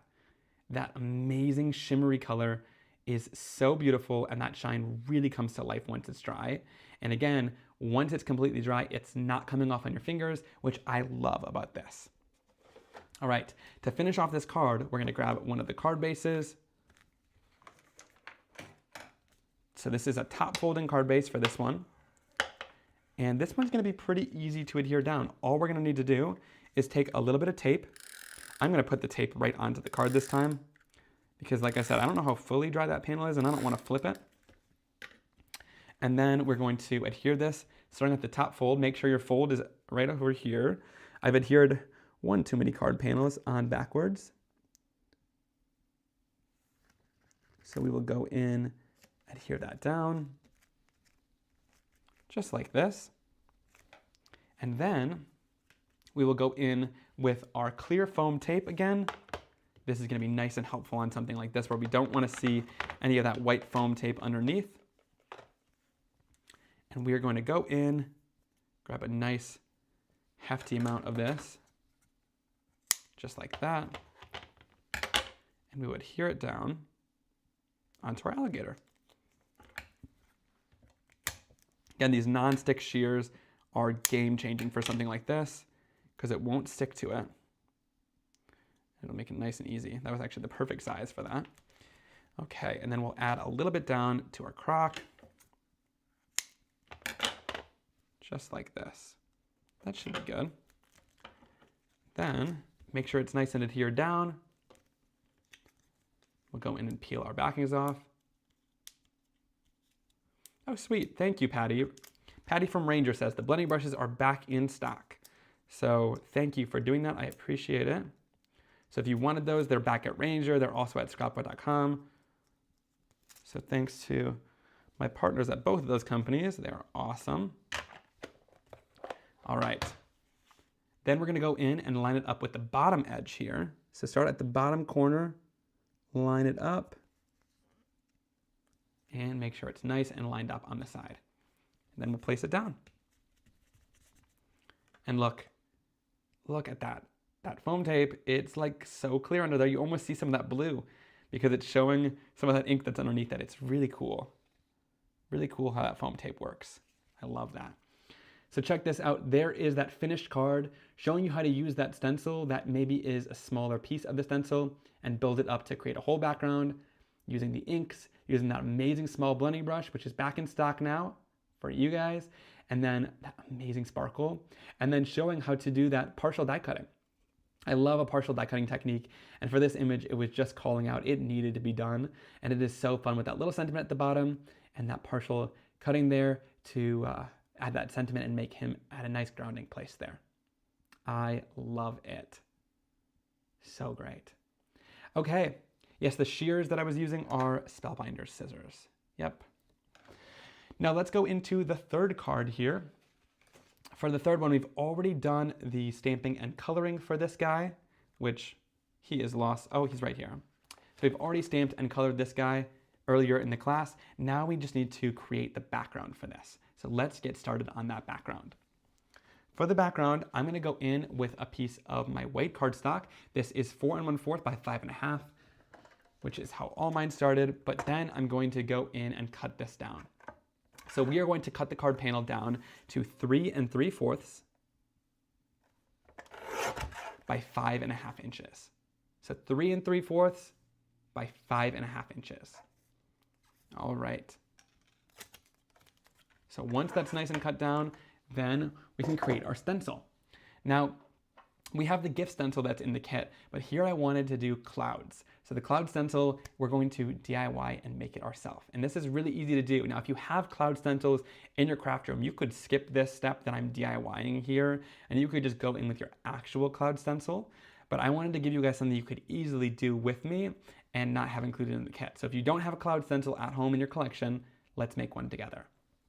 To do this, I'm gonna go in with a piece of my white cardstock again, and I'm just gonna go in with just a pencil of any kind here. If you want to, you could freehand this, but I'm not gonna freehand it. I'm gonna draw down some bumps. So we are just going to make bumps on our card. There's no real term for this. It's literally just little half circles all over the card. And that is going to create a nice cloud stencil. Okay, so just random, literally random bumps. Some are going to be bigger, some are going to be smaller. I wish I could explain this better, but it is literally just drawing little half circles all over the design.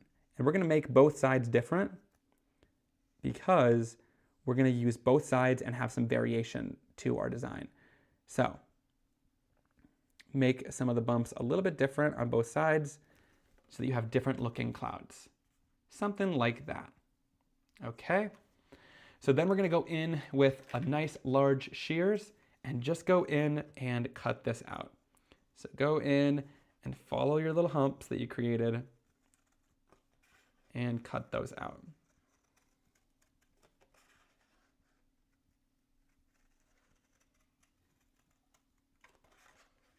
Super easy to do. And I find that just drawing them out first just gives me a little more confidence as I'm going in and cutting it to make sure that I'm like actually liking how it looks rather than wasting cardstock. So look at that, nice and easy. Then we'll do the same thing on the other side. Go in and cut this out.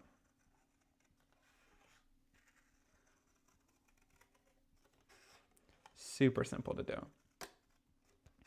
And again, I like to do both sides with different angles of the clouds and different looks to them because then it'll give us more variation on our card as we're doing our blending.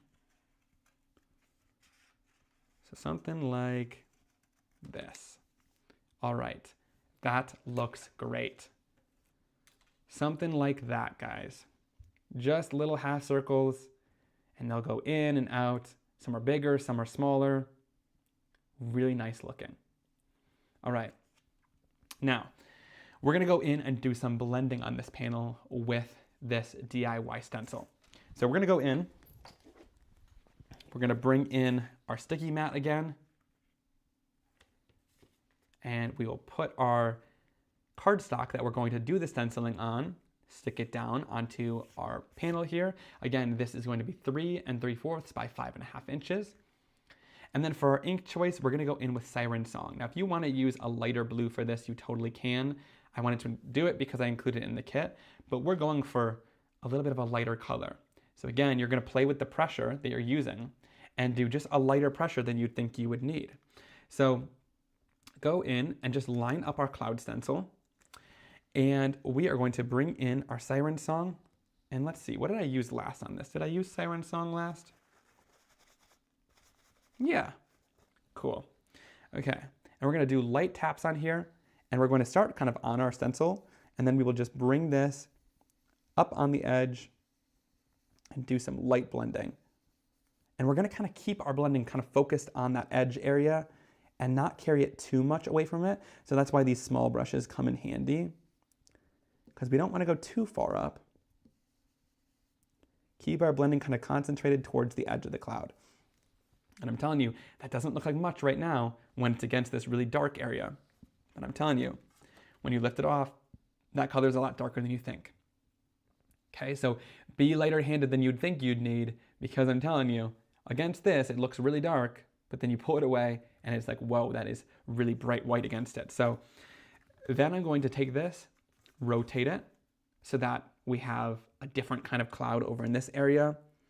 And we are going to line this up a little bit down from that last cloud that we did. And again, this is where we're not going to want to go too far up. We're going to keep our blending kind of concentrated towards that cloud cardstock that we've cut. And we're going to lightly blend close up from that stencil.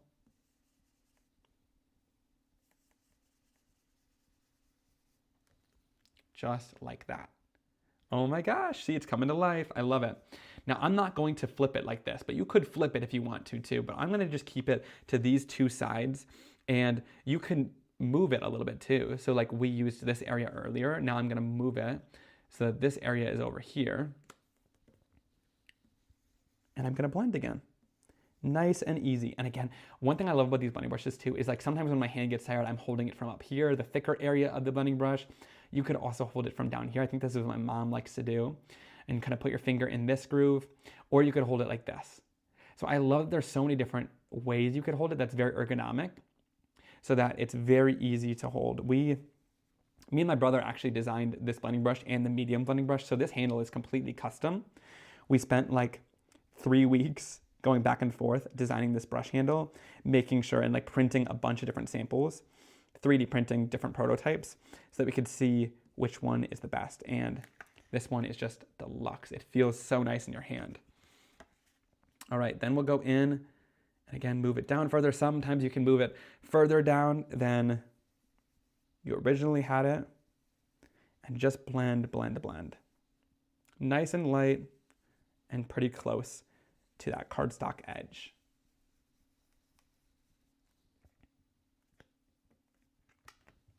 Yes.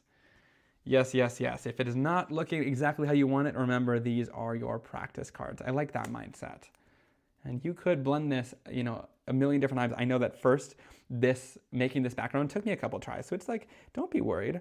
It happens to all of us, and it's just cardstock. So it's like, if at first you don't succeed, try again, right? That is the most important thing for you to know. Not everything always works perfect. Awesome. Laura, thank you. Yes. She says, I love those handles. Well done to you and your brother. We had a lot of fun doing it. We would bring the brushes everywhere. We would make all of our friends try them too. Just to make sure that the brush handle wasn't just perfect for our hands. You know, we wanted everyone to love them too and be super ergonomic. And so I'm glad you guys also love them as well. It took us quite some time, but I am so happy with how they turned out. Awesome. So we're just going to keep blending down. Now here you can see I made more room. Here I'm probably doing them closer together than I did in that example, but I'll start leaving more room at the bottom here. But we can go in and keep blending close to our surface to blend those clouds out. I'm loving this. Okay, we'll flip it again. We will do this area over here.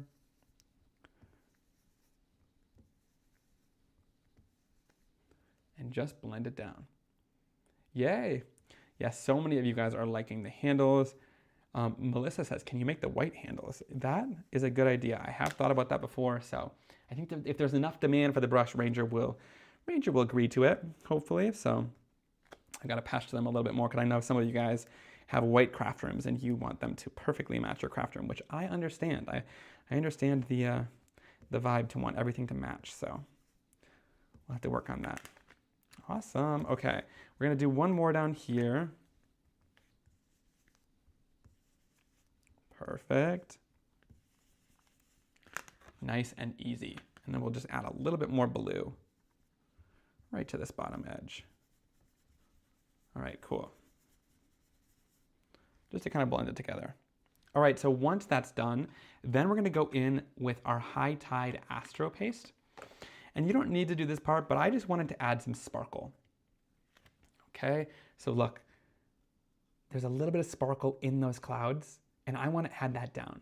So we're gonna go back in with our template, and this is why I didn't flip it, because I only wanted there to be 2 options for me, because if there's too many options to choose from, it's hard to line it up. But we're gonna go back in and line it up in certain areas here. So just like that. We're gonna bring in our High Tide Astro Paste. We're going to literally just take it from the lid because we need a really small amount here. And we will just take a little bit on our finger. The tiniest amount goes a really long way, guys, okay? And we're going to tap this right onto our card and tap it, like, again, focusing it really close to the edge of that stencil. Now, if you want to, you can always start tapping on your stencil and then tap it onto the card. We want this to be a very delicate amount of glitter, like little to none. Do you see how very small amount of glitter that is? We're not covering the card. We're creating a really light scattering of glitter. You see how it's not covering anything? It's not covering that color. It is just a light scattering of that glitter. And then I'm going to take the next row and I'm just going to skip a couple rows. So like here, I've skipped 2 of those rows. I'm going to lay it down. And over here, again, I'm going to start on my stencil with the more heavier hand, and then I'm going to go onto my background with less of that glitter on my finger. I'm just going to tap it down. And I'm not going to do the whole row. I'm just doing a little area. So like here, I focused it here. I'm going to move and focus it here. Then we'll move this down a little bit more. Let's do on this row. And you see when we only have 2 to choose from instead of flipping it and doing 4, it's easier to line up. And on this row, I'm gonna do it over here since we did it on the other side for the last one, just like that. See? Super easy to do. Then we'll bring this in, line it up a couple rows down, and add some paste. And this paste just makes it sparkle. It just gives it a little bit of extra something. I love it. So, so fun. A lot of you guys are loving this. Yes, fingers in the paste. Everyone, don't get too worried here. If you want, you could always do it on a little foam sponge. But I find that my finger just gives a better application. It's much easier to control where you're putting it. So that is why I use my finger. And I will show you how easy it is to clean off your finger once you're done too. Look, now we gotta make sure we're lining it up easily. This is why we'll line it up there. And then we'll go in again, glitter, glitter, glitter, and tap it down.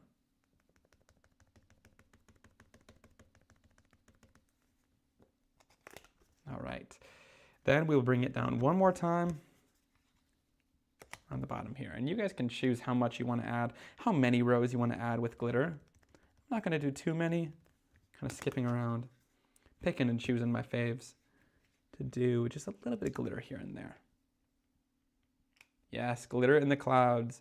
It is fun. It's a fun little addition to the background, and it just gives a really good amount of sparkle and shine. And look at that little bit of shine that you get there. It just sparkles nicely. I love that. Do you see it? It sparkles so beautifully on top of that blue. Sometimes the studio lights just kind of wash it out, but in real life, I'm telling you guys, that glitter is amazing. I hope you guys are seeing it on your project. And I mean, even this, like imagine chopping that down so you can only see that area. That's kind of pretty too, with all that glitter on there. It almost looks like waves. That could be fun for a mermaid card or something. Okay, so let me show you guys how easy this is to clean off your hands. So we'll go in with just a little bit of water. Look, we got a lot of glitter on our finger. All you do, spray it on a little water when it's still wet, and look, just wipe it off. And look, most of that glitter is off. There's still a little ink on your finger maybe if it's stained, but most of that glitter comes off nice and easily by just wiping it off. And then it'll come off later when you wash your hands fully. But it doesn't stay, so if you're worried about like glitter all over your hands, you can easily clean it off later on. And then look, this is already dry. Isn't that insane? Because we tapped it on so thin and light, it's already nice and dry, and that's already not gonna come off on your recipient's hand, which I love it. You might get a little glitter on your hand when you're creating, but it's not gonna come off once it's dry, which I really love. Okay, now before we finish off our card with adhesive, we need to stamp our sentiment. I'm gonna use the sentiment that says, "Thank you for lifting me up." So we will go in and stamp it down on our white cardstock. So grab that sentiment. Let's see. "Thank you for always lifting me up." There. Add that down to an acrylic block. And I also love to stamp down using some of our colored inks. So here I'm going to use that Siren Song ink because it's going to match our project completely. I'm going to ink this up nicely by just doing really light taps across the surface. Light taps. Don't flood the stamp with ink. And then we'll stamp it right down onto our cardstock. And look at that. The ink just stamps beautifully. I love how our Stellar inks stamp out. And it gives you such a great colored effect. I'm obsessed with it. Now, I just like to, before I go in and touch it and put my fingers all over it, just make sure it's nice and dry. My inks dry really fast, but I don't want to smudge it or get fingerprints or anything. So I just hit it with a heat tool for a second, and then I'm going to go in and fussy cut this out. There are no sentiment dies in here besides the Wish Big. That is just a standalone sentiment because these ones are pretty easy to cut out. So I'm just going to go in here and fussy cut this right around the sentiment. Now, to cut it around the sentiment, I'm leaving a little bit of a white border all the way around. It's easy to do. It doesn't need to be perfect. You could leave it on a rectangle of cardstock if you want to, if you're not a fan of fussy cutting, which I know some of you guys hate fussy cutting. So if you're not a fan, you could always leave it on a rectangle of cardstock, and that will work really well for you too. All right. So then once that is complete, it should look something like this. and I just like to fussy get the sentiments. I feel like it just gives it a nice finished effect for your card project. Something like that. All right, then let's finish this off. So I'm going to go in with my top folding card base. We are going to fold that right down, score it, and then we will go in and add some adhesive down to this background. So go in and add some nice tape runner right down to your card. And then we'll take this, make sure that it lines up with the fold, and leave a nice even white border on both sides, but it will meet the top of the card like that. Line that up and adhere it down. Just like that. And then to finish this off, we will pop up the image and the sentiment on a little bit of foam tape. So we'll go in with our clear foam tape. Nice and easy. Grab our shears.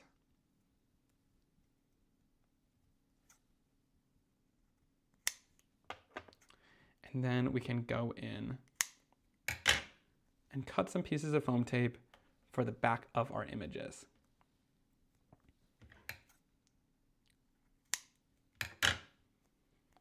Just like that. Nice and easy. Grab a little bit for the back of that crocodile.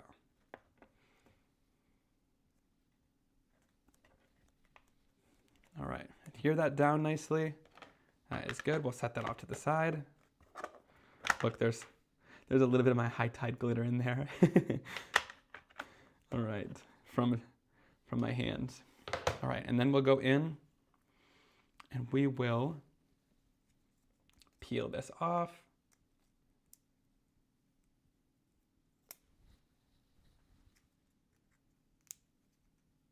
Oh, lots of questions still about the foam tape. This is my new clear foam tape.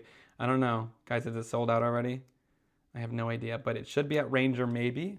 If not, you can sign up for notifications at Ranger or scrapbook.com. This stuff just came out.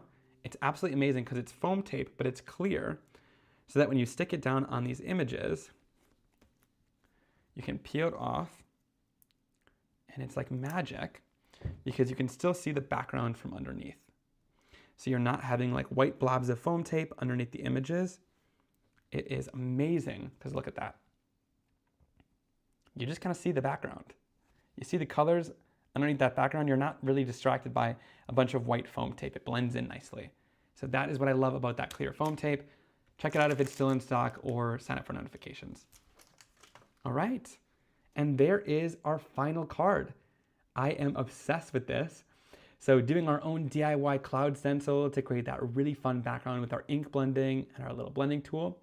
And then going in and tapping on a little bit of that high tide Astro paste to just give us that really great shiny glitter. We've already colored and stamped that crocodile, which is adorable. And I love this sentiment too. But thank you for always lifting me up. That's such a great sentiment to send to a friend as a little thank you. All right. This has been so much fun, you guys. I love all the 3 cards that we were able to create together and have fun crafting with. It is always so much fun crafting and chatting with you guys and just having so much fun together. Again, huge thank you to Catherine for allowing me to be a part of this event again. This is like my favorite event. I absolutely love teaching for Crop and Create. And it's just the best community ever. You guys are amazing. It's been fun just chatting and crafting and laughing with you guys all night, really. I hope you enjoyed the cards and learned a lot about the pastes and the inks and all the different techniques that we have for you and some of the new products that we just launched and some of the stuff that you're getting a first look at in this box, which I think is so much fun. All right, well, I think that's pretty much it. You guys have a little wrap-up party tonight, which I'm excited to watch, and then even more classes, which is gonna be so amazing. So I can't wait for that. Let's see. Should we say goodbye in our crocodile hat? I think we need to. You guys, this has been fun. This is how I'll be sitting watching Catherine and Megan wrap up the night tonight. This is gonna be me, sitting here in my crocodile hat, all excited. I have chocolates waiting for me upstairs. I'm excited to watch the rest of this, guys, and see all the amazing, talented instructors tomorrow as well. Thanks again. Have a wonderful night. Enjoy, guys. This has been a lot of fun. See ya.